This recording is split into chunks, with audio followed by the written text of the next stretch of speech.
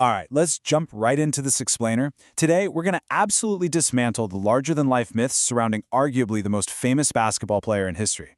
When we think of Michael Jordan, we almost always picture this solitary superhero, right? Like he was destined from birth to just single-handedly dominate the sport.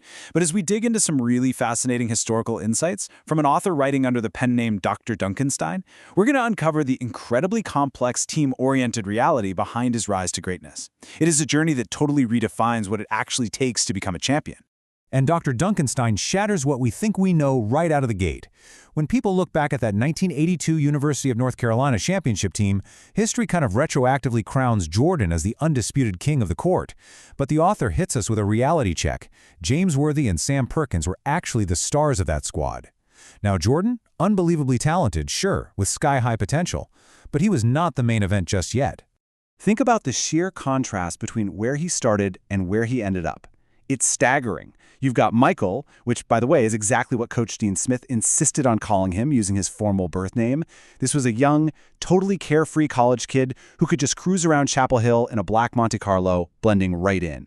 And then you have the evolution into MJ, the global icon, fundamentally unapproachable, living this secluded life, completely isolated in hotel rooms, heavily guarded from adoring fans everywhere he went. It's literally two completely different lifetimes.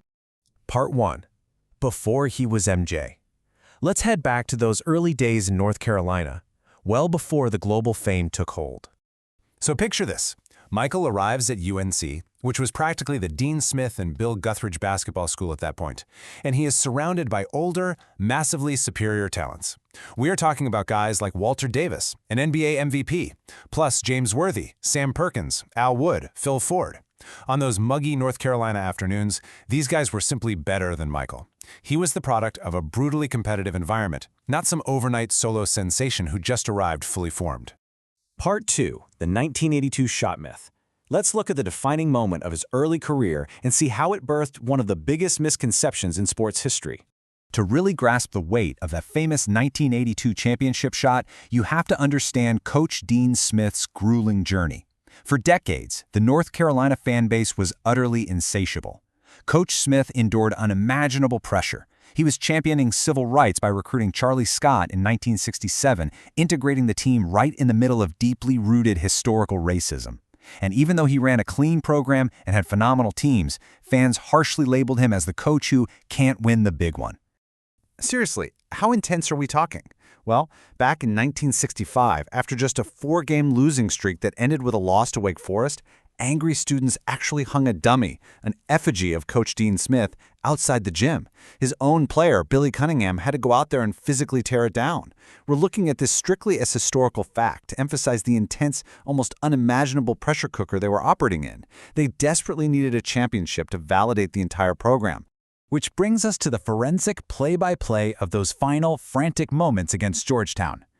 The myth tells us that a brilliant, genius play was drawn up exclusively for the freshman phenom to win the game. The reality? It was standard zone offense. Step 1, get the ball to James Worthy in the post. Step 2, let Sam Perkins take a hook shot. But because Georgetown's Patrick Ewing was aggressively blocking absolutely everything inside, the team had to fall back on the universal zone offense rule. Find the opposite wing outlet. Michael Jordan was literally the third option. And right before they broke the huddle, Coach Smith just taps Michael and gives him this straightforward, almost mundane instruction. If you're open, make the shot. Eddie Fogler was the only person to even hear it. It wasn't some dramatic passing of the torch or a predestined superhero play. It was just a coach trusting his system, knowing that if Ewing blocked the middle, the weak side wing would be open. He just knew his confident freshman could hit a 15-footer.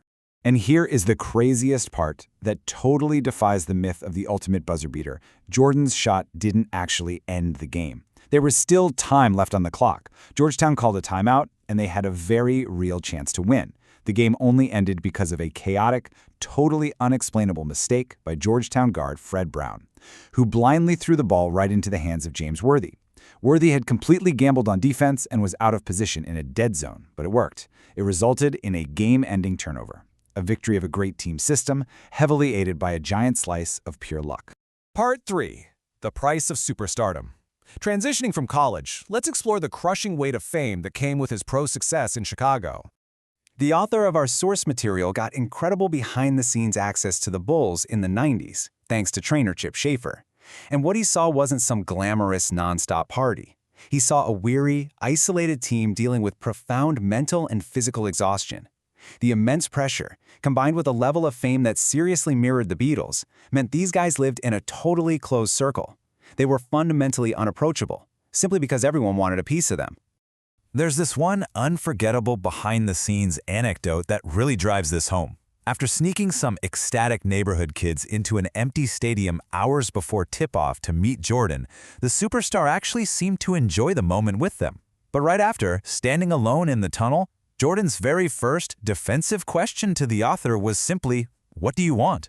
It's pretty poignant, isn't it? He was so deeply conditioned to people constantly demanding things from him that he literally couldn't fathom someone just being there to watch basketball. Part 4. The Ultimate Championship Formula. So, stepping back from all the glitz and fame, how did he actually reach the absolute pinnacle of the sport? Get this, it took Michael Jordan until he was 28 years old to win a title. That's his 7th season in the NBA.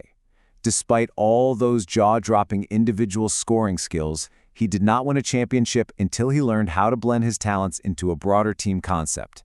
Under Coach Phil Jackson, he had to fundamentally rewire his approach to the game to realize that individual greatness, no matter how spectacular, is never enough to win it all. So, let's do a quick reality check on the whole G.O.A.T debate.